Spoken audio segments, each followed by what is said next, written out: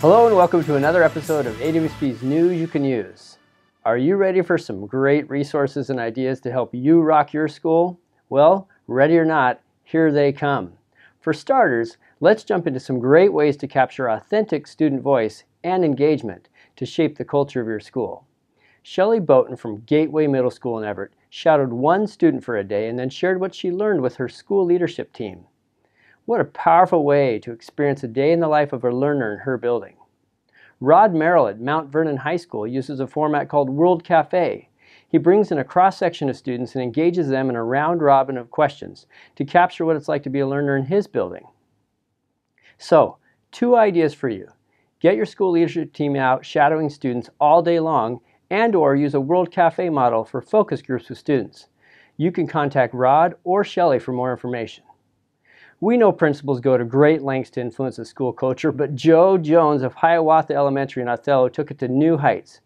Joe tackled the new discipline laws by challenging his school, all 500 plus students and staff, to go 20 days without an office referral.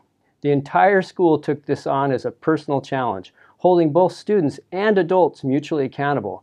And what did they get when they made it 20 days without any office referrals? Joe taped to the wall. It worked so well, he's already issued the next school-wide big behavior challenge. We'll keep you posted on this latest challenge. How about another cool idea? This one comes from Stephanie Teal of Onalaska Elementary. Stephanie engaged the entire school to the 21 Days of Kindness Challenge. Students are challenged to record 5 acts of kindness per day that they either do or observe. Then they write these acts on a piece of paper and add it to a school-wide kindness change. What a great way to make kindness visible to everyone. Way to go, Stephanie. You principals really stepped up to the plate with ideas this episode. Thanks for sharing.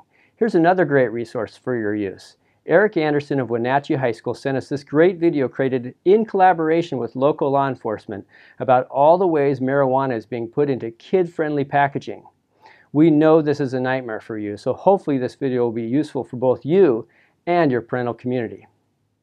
Congratulations are in order to Frank Hewins, this year's Superintendent of the Year.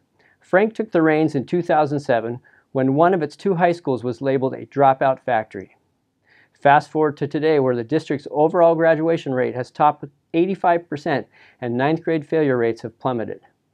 It goes to show what can be accomplished with vision and passionate leadership.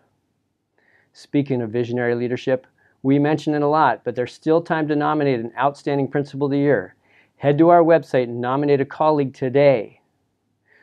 While we're talking about Of the Year awards, it's a good time to mention Ready Washington's new video featuring the state's Teacher of the Year, Mandy Manning. Mandy works with ELL students and preaches the importance of self-confidence. Mandy teaches in the Newcomer Center at Ferris High School in Spokane, where Ken Schutz, our AWSP President-elect, is the principal. Check out Principal Matters for a link to the video. If you're looking to connect with your peers across the state and help shape the direction of our association, reach out to us. We've got lots of boards and committees to serve on.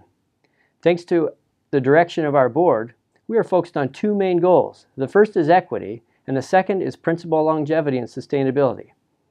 Turnover at the top usually means instability throughout. Of the 98 recently released schools of distinction, only 9% had more than 2 principals in the last 5 years. Our kids need principal consistency. Here's a question for you. What does it look like when your supervisor comes for a visit? There's so much emphasis out there on teacher growth and teacher PLCs.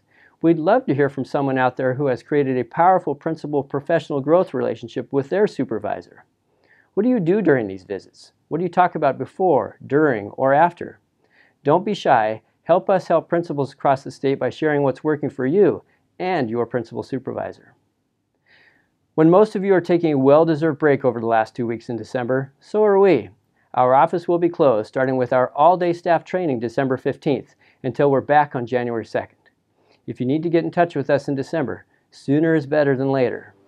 Well, that's it from all of us here at AWSP. As always, keep up the great work for kids, and we'll see you on the 15th with our special annual Winter Break Edition. Ciao. One take. Boom! No distractions! Stop messing with me. Oops. I think it helps not having you looking at me. Ah. Hope you're ready for the next episode. Hey.